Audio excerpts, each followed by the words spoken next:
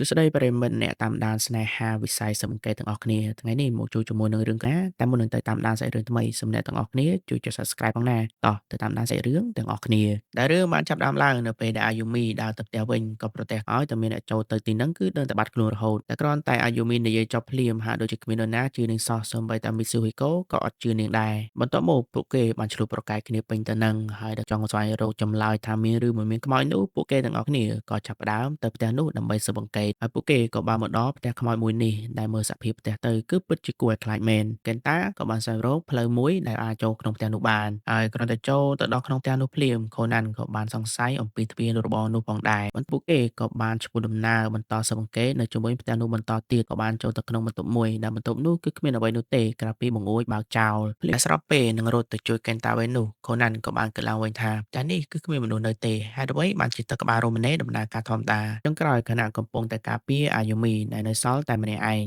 ហើយខូណានបានឃើញស្ត្រីចំណាម្នាក់កំពុងតែកាន់អាហារហើយនៅពេលដែលគេលួចតាមដានគាត់នោះខូណានក៏បានដឹងថាមានផ្លូវសម្ងាត់ហើយខូណានបានព្យាយាមបើកនៅទ្វារសម្ងាត់នោះដែរប៉ុន្តែដោយសារតែកម្លាំងមិនមែនជាខ្មោចនោះទេតែវាជាគុកក្រោមដីដែលមានបរិសុទ្ធវ័យម្នាក់ត្រូវគេឃុំឃាំងទាំងស្រែកធ្ងោយ៉ាងវេទនាគឺអាកេយ៉ូបានកិត្តចំប្រកបខ្លួនទៅឲ្យប៉ូលីសតាំងពីពេលប្រព្រឹត្តបទល្មើសភ្លាមៗមកម្លេះប៉ុន្តែម្ដាយរបស់ខ្លួនមិនចង់ឲ្យកូនប្រុសក្លាយជាឧក្រិដ្ឋជនខណៈពេលនោះខូណានក៏បាននិយាយទៅកាន់ពួកគេថាអ្នកអាចរត់គេចចេញពីប៉ូលីសបានប៉ុន្តែអ្នកមិនអាចរត់ផុតចេញពីវិប្បដិសារីដែលជាប់នៅក្នុងខ្លួននិងខួរក្បាលអ្នកបានទេណាំក៏ត្រូវបានបញ្ចប់ហើយចំណែកពួកគេទាំង4នាក់នេះក៏ត្រូវបានឪពុកម្ដាយរបស់ពួកគេស្ដីបន្ទោសរួមទាំងរ៉ានក៏ស្ដីបន្ទោសទៅឲ្យខូណានដូចគ្នា